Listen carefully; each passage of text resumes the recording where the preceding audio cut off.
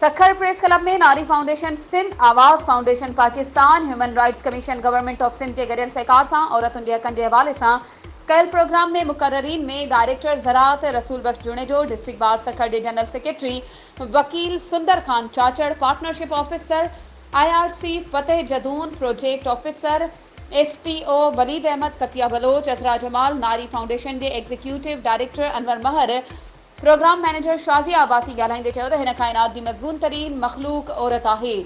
असांखे मुआशरे जे नज़रियात खे तब्दील करणो पवंदो। मर्दनि जे मुआशरे में औरतुनि खे पंहिंजे हक़नि जे लाइ आवाज़ बुलंद करण जे लाइ तयारु कयो। हर ॻोठ में अहिड़ियूं आगाही तंज़ीमूं थियणु घुरिजनि। प्रोग्राम में वुमेन एग्रीकल्चर काउंसिल जे मेंबर औरतुनि समेत मुख़्तलिफ़ शोबनि सां लाॻापियल वकीलनि साफ़िन शहरनि जे वॾे तइदाद शिरकत कई। वधीक ख़बरुनि ऐं अपडेट्स जे लाइ असांजे चैनल खे सब्सक्राइब कयो ऐं हाँ, बेल आइकन खे प्रेस करणु न विसारिजो त जीअं असांजी हर नई अचण वारी वीडियो तव्हां ताईं पहुचे।